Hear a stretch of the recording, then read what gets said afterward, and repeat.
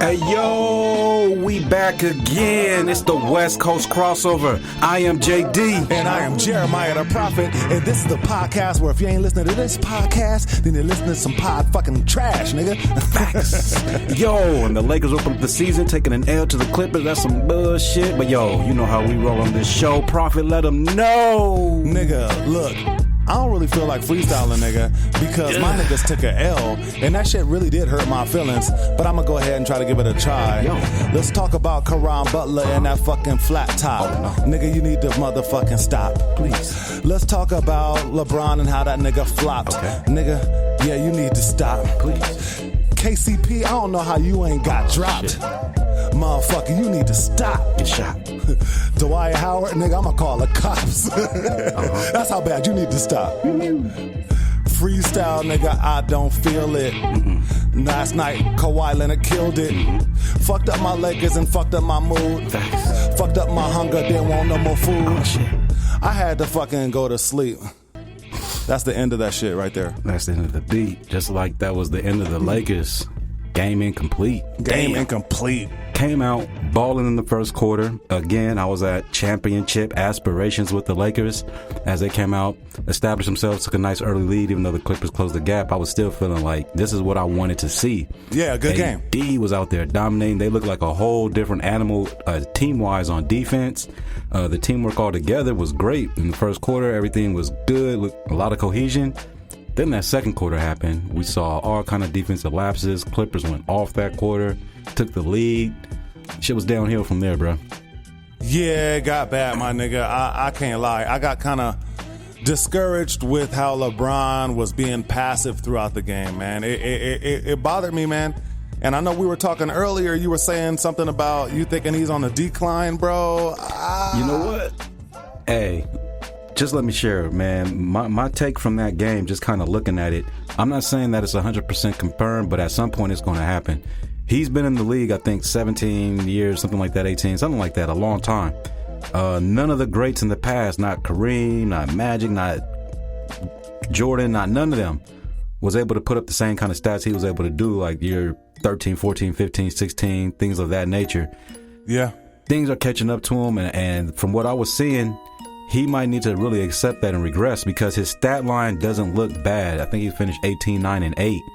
If he can be somewhere around there all season, that would be great in my eyes, but it needs to be way more efficient than what it looked like on the floor against the Clippers because he had like 5 or 6 horrible turnovers, just silly little kid like type mistakes. He cannot play that way. He can still be the leader of the team without averaging the most points. So my biggest takeaway from that game was that the Lakers only have one MVP candidate, not 2. It needs to be AD. Oh, whoa. It needs to be AD. The most valuable thing that LeBron can do for the Lakers would be to be the perfect second fiddle. And he should know how to do that. He made Dwayne Wade do it. He had multiple ones in Cleveland. He's seen that role. He knows what that needs to be to support a superstar and have success. He might need to accept that role, man, and be that second fiddle. 28-8 a game is great. Yeah. But it has to be efficient. You're right about that. But the thing about what I saw in that game is although he was a step slower, it looked like, and he did have a little bit less spring to his legs, it appeared to be, you know, I still feel like he was going about the game the wrong way. It wasn't that his lack of athleticism or getting older was fucking him up. It was that he was slowly bringing the ball up the court, that he was basically just looking for AD to kind of ISO in the post over and over again. And I don't know if that was Vocals doing or what the fuck, but I didn't feel like that was the play. It got real predictable and it got, slow and bogged down. When the three-point shooters weren't hitting, like last night they shot 39%, but it looked a lot worse than that, and it actually was a lot worse than that. It was Danny Green raising that up a whole bunch. Exactly.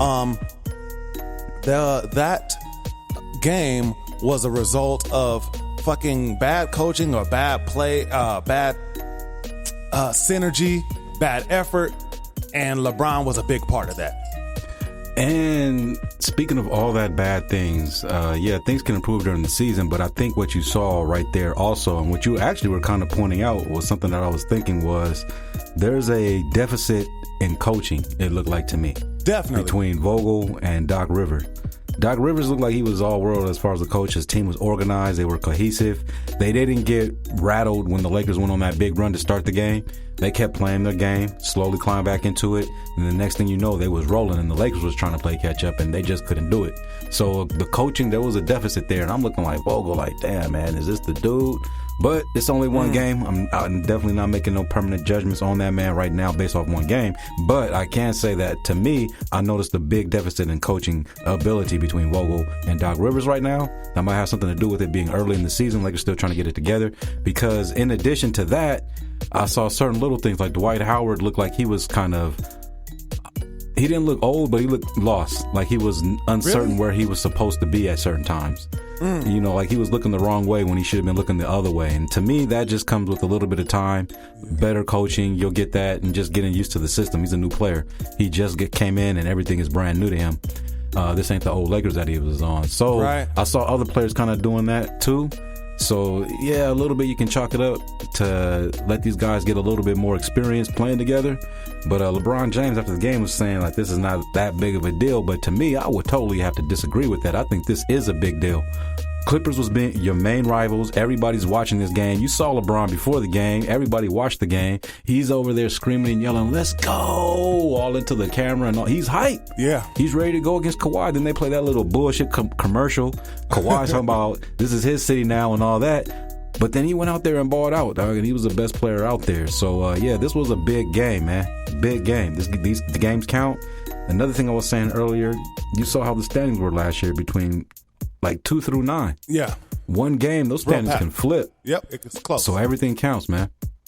And let me tell you, bro, before the game started, you know, I always brief my wife on the drama. She knows what's going on, and she likes to watch with me, you know what I'm saying?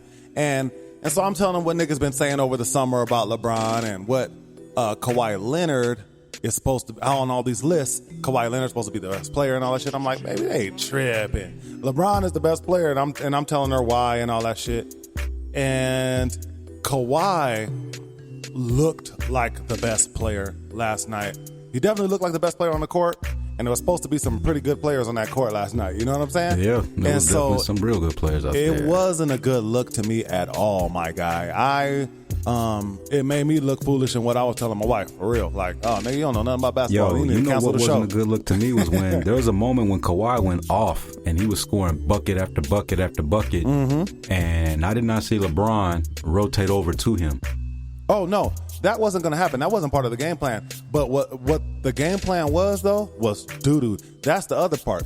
Is that they I'm about to say, when do you abandon that game plan that's clearly not working? Well, yeah, that I'm saying fucking KCP somehow got the fucking assignment to be guarding LeBron James. I mean, fucking Kawhi Leonard. I don't know how that nigga pulled that fucking straw, but he was not qualified for that job. And so this nigga sitting out there getting dropped off he got dropped off for like the first 20 of those. And then they switched AD onto him. And he got a lot at the line, and then he scored over AD too. You know what I'm saying? But he really was getting major work on, KCP was getting that work from him. Yo, man, I just want to say, look, the loss was a collective effort. Don't get me wrong. There's a lot of things that you can point to as to why the Lakers lost, and we've been already doing that. But I do appreciate you taking time out, and I would like to take this time out to specifically point out that KCP is trash as fuck. And that's just what the fuck he gonna be. He always is trash. He always has been trash. KCP. Man, this nigga actually is the epitome of trash. Now, if you were playing 2K and you had a nigga on your team that did the shit that KCP does in the game, you would have to log in on private next time you play a nigga, and everybody somehow ghost that nigga. You know what I'm saying? I'm for real. That's the kind of nigga he is in real life. Like, he takes really, really bad shots. He be he be in all kind of fucking weird situations where you're like, nigga, why are you over there? What the fuck happened, nigga? Yeah, how did you get over there, nigga? My bad. Beat his chest a million times. Duh, what the fuck? What the fuck?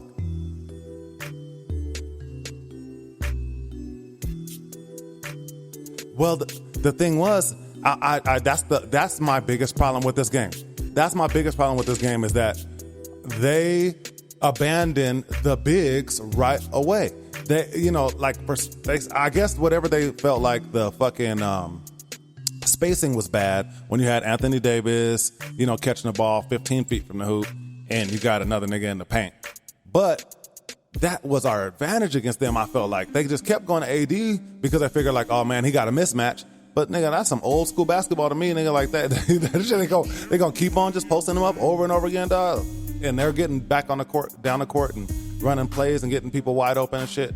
I don't know. It was an awkward ass look. Thing is, I was actually entertained watching this game, and I was looking like really what the Lakers could use right now is a motherfucking Kyle Kuzma.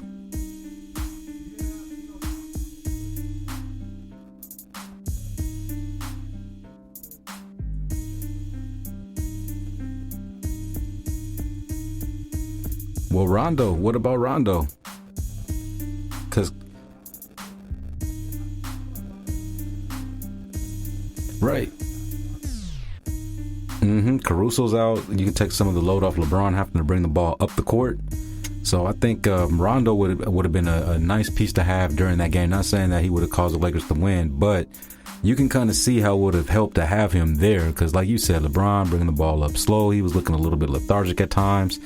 Take a little bit of that responsibility off of him and give him a little bit less to do and be responsible for.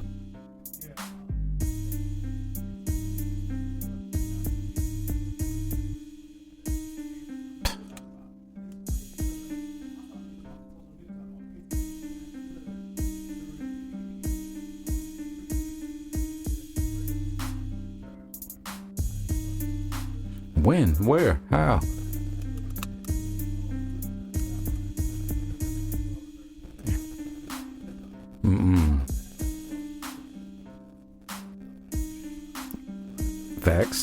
Facts. He has the poorest basketball IQ I've ever seen, brother, since this side of Larry Hughes.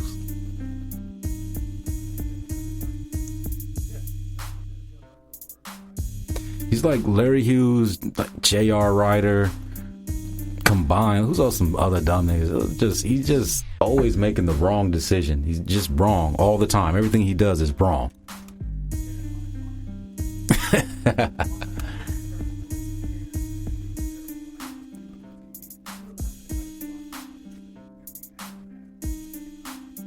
Nah, dog. The other nigga that made me that mad was Smush Parker. I used to want to choke that nigga when I saw him play basketball for the Lakers.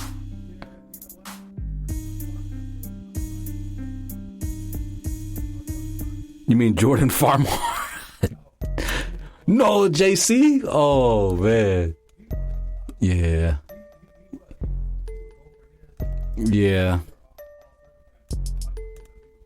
Right. He's one of those niggas that look good on the paper. I haven't even heard from him since he got sent to Cleveland, it seemed like.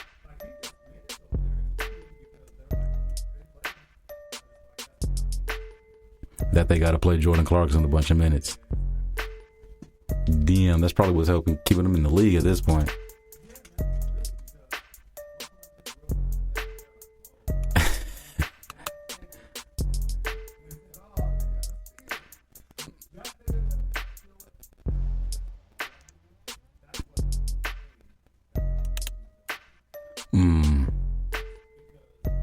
Fool's gold.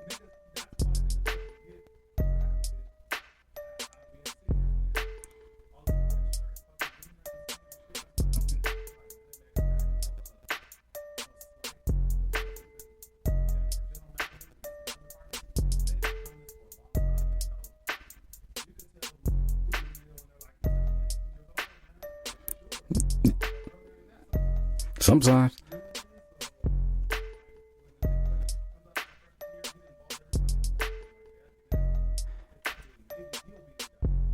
Hey, speaking of who's who, before the game, I'm watching the pregame show. I flip the channel, and then I go to the Lakers network, and I'm like, who is this big stuff? Who is this hilarious looking character with this flat top straight from 86. Duh. When I seen this nigga, we talking about Caron Butler. If you didn't, hey, go to the West Coast Crossover Group page. Look at what Caron Butler was doing before the game. If you did not see that, oh my goodness, this nigga had a fucking a man weave. First of all, it's a man. First of all, don't forget that part. This is all man weave we're speaking of. In case you guys look at the picture, like, oh well, it's a kind of fucked up haircut. No, it's not just that. We passed that. It's not just that. It's a manufactured robot fucked up haircut. Like a nigga got to go and pick out of the fucking out of the wig shop. The nigga went to the wig shop and he chose the pencil style fucking 90s flat top, nigga, with like a different texture. Like this nigga looks like one of Heavy D's backup dancers. Yeah. All he's missing is like a 4-finger ring. This nigga has the flat top of the wackest MC you ever seen in 86, nigga. Jesus. That's exactly what it looks like. He looks like a terrible MC from back in the day, nigga. Like the one that couldn't dance good or nothing. Nigga. He looked like Chunky A with his fat ass. Did you see him in that suit, nigga? Yes. He had on a suit from about 2015, which was about 25 pounds ago. Yeah, he's looking like maybe 35. Like an overstuffed pillow kind of situation. You know what I'm saying? He has a suit on. Yeah, he's busting out his suit. He's got a suit made out of grandma's couch. He's got that S-curl box flat top. He's got an S-curl flat top. Man weave. Like some nigga had the skill to give this nigga this type of flat top. He had to be the oldest barber still going. Yeah, How? Nigga? And he had lines and shit. Oh, nigga. If you go get a man weave, which is gutty enough. Yeah, exactly. That's what I'm thinking. I had to miss something in the beginning. He had to have lost the bet. Nah. He just, last year, he wore a man weave on set. Everybody knew that shit was, we roasted him for that. And his family. This is next level. Yeah.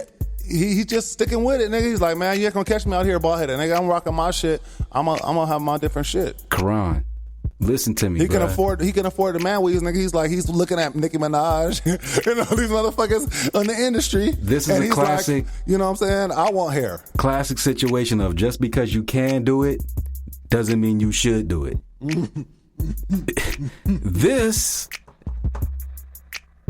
This is the worst look going on in the NBA in a long nigga. Remember Kenny Skywalker? It's the same flat top when he won the dunk contest in '88.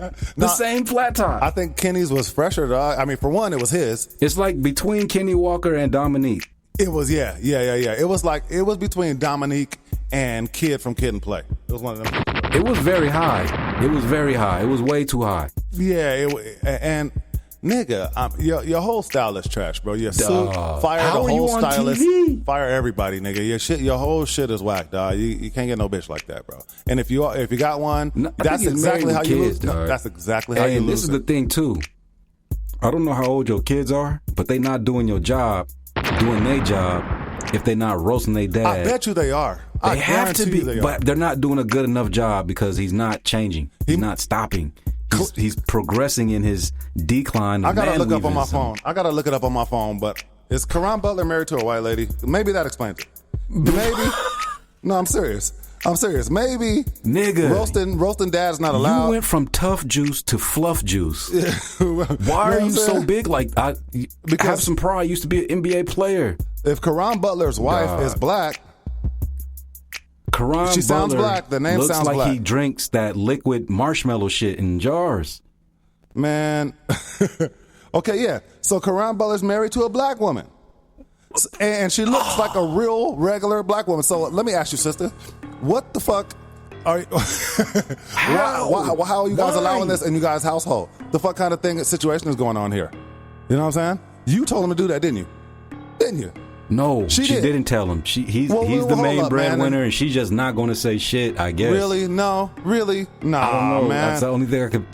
Then nigga, why have a sister, man? Come on, sister. Why? Well, you know, why not have? You need your sisters to do your sisterly job Build and your tell black man up. tell a nigga when he got a fucked up hairstyle, man. Don't let that nigga go out like that. Don't man. let him go out there and the spend kids, thousands of I hold dollars you on responsible that. too. Yeah, the children are responsible too. Everybody in the household. My kids will get jokes, nigga. Jokes. My kids, my oldest one will get jokes. My little one that's 8, she'll get jokes. They would have the phone out, zooming in on my fucking hairline, back and forth real fast with that fast zoom. They be doing zoom, zoom, zoom, zoom, zoom. They be doing that shit on my Right. head. You know what I'm yes, where I'm baffled by their speed and quickness. Like, how? They would do that. So And then why post is you up Carrasco- Yeah, why are your family not doing that, man? I'm checking the whole family for that. Speaking of people that just needed to be roasted, man. Anthony Davis, I still am not comfortable about your fucking. I guess everybody else forgot about your fucking eyebrow, but that shit still makes me uncomfortable, nigga. Hey, you know what I'm saying? I thought that at one point during the game. Yeah. Like, I mean, I'm not on that like that no more, but at one point I was like, hey, you in LA now. I mean, shit, dog. You know what I'm saying? That's still the move, bro. You know what I'm saying? Some kind of dermatology treatment, whatever they call it, some kind of. Hey, I that's guess, your signature, nigga. I guess, nigga. He might be getting paid at this point to keep it. Maybe so, dog, but you know what I'm saying? Somebody needs to pay him more to get rid of it. See, he's the exact opposite, right? Now you got Karan Butler on one half. Now see, he's went full Little Kim. He's went full Little Kim. Plastic you know what I'm surgery saying? on the And had dome. plastic surgery on his hair. You know what I'm saying? And then on the whole other half, you got Anthony Davis that's trying to do the J. Cole crooked smile, and he got the teeth and the fucking eyebrows, and he refused to do anything. And he's like Team Natural, nigga. So I guess we got a dynamic. I'm gonna get a fresh lineup. I'm gonna put a part of my hair. Mm-hmm. I'm gonna do all this stuff with this pinpoint razor edge up lineup. Right. But I'm not going to run it down the middle of my face and get rid of this unibrow. Yeah, I guess this is these are the men equivalent of Little Kim and Team Natural. Extreme versions, you know what I'm saying? Facts, Extreme nigga. versions, Yes. nigga. Dwight Howard, bruh, nigga. Okay, I know we're gonna have plenty of time to roast it, nigga. All year long, you're gonna be hearing these about Dwight Howard, but I'm gonna tell you right now, just start first by cutting that shit off, bro. You know what I'm saying? Hey, that it's Atlanta only getting shit. worse. That's that Atlanta shit, bro. That's what got you in trouble in the first place, nigga. Slide on to the west side, Hey, nigga. what do they say? You can always move from where you from. Can't take where you from out the your nigga, blood and all yeah. that. However that saying He's got that goes. ATL in the blood. Clearly, you cannot get that ATL out this nigga. You can't. Oh, speaking of niggas with ATL, the nigga Montrezl Harrell, is that nigga from ATL? He kind of looked like it. Is he from ATL? Because he does look like one of those, like a really ugly female from out there, nigga. Like That nigga actually looks like Patrick Beverly, nigga, just with dreads. Patrick Beverly's homeless ass. Nigga, we're watching the games and my son just, every time he sees him, he's like, man, that nigga still look homeless. Like, yeah, how much money he got? Too much to look homeless. Homeless. But that's the problem. It doesn't matter how much money he get. He can't help the fact that he looks homeless. Some people just look like that.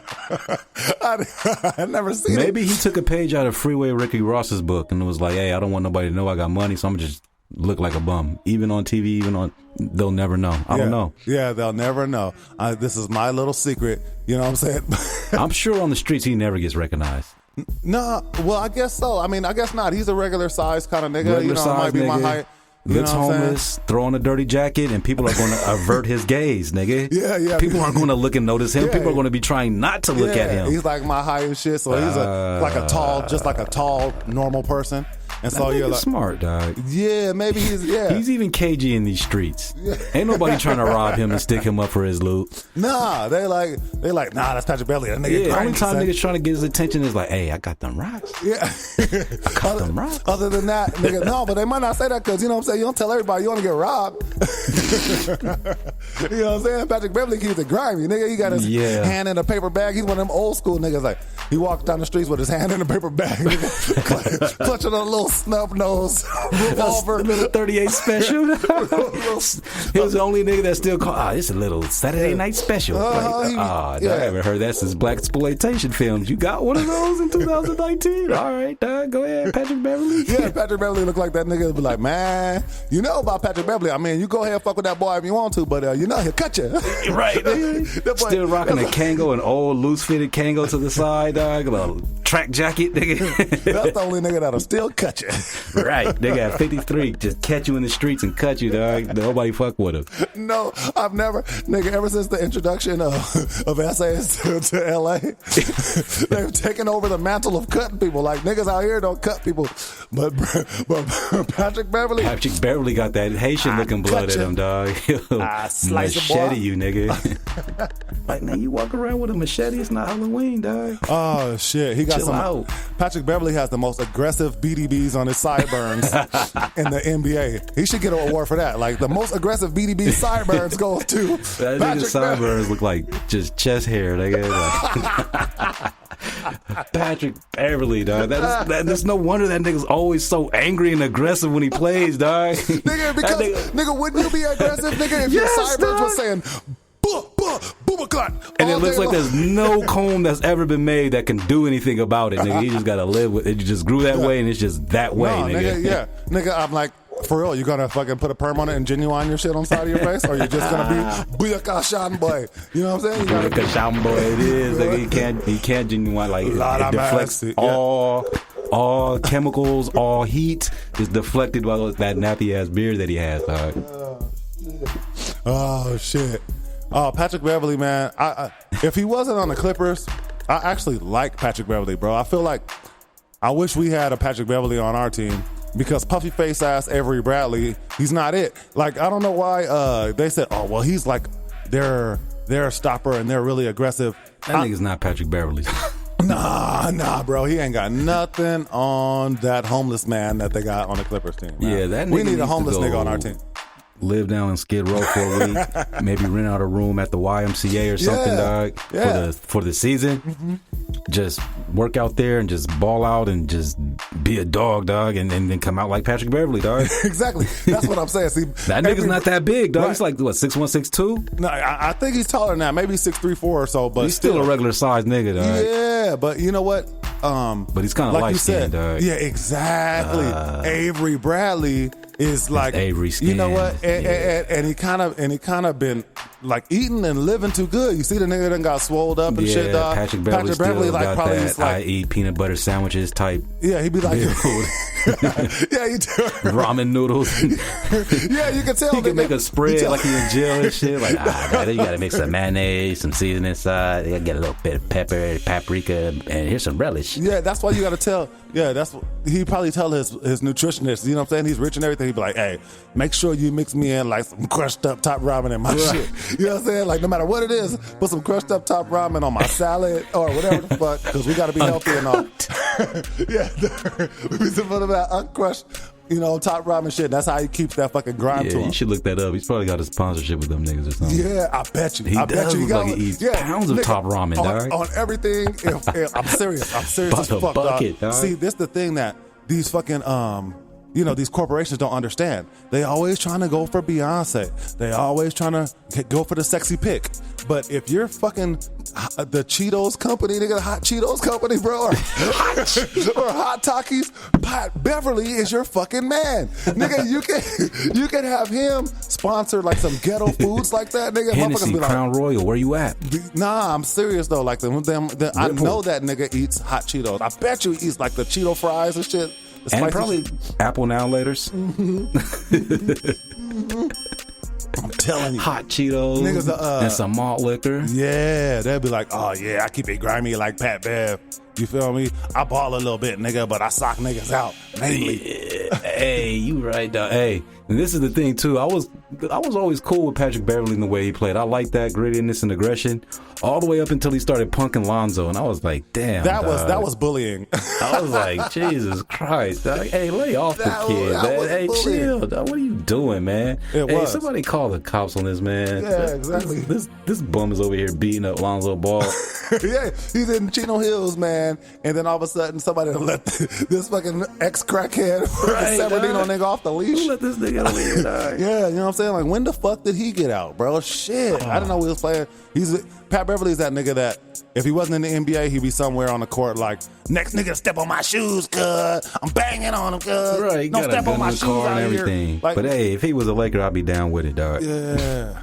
He's one of them ballers that be mad when a nigga step on his shoe. Yep.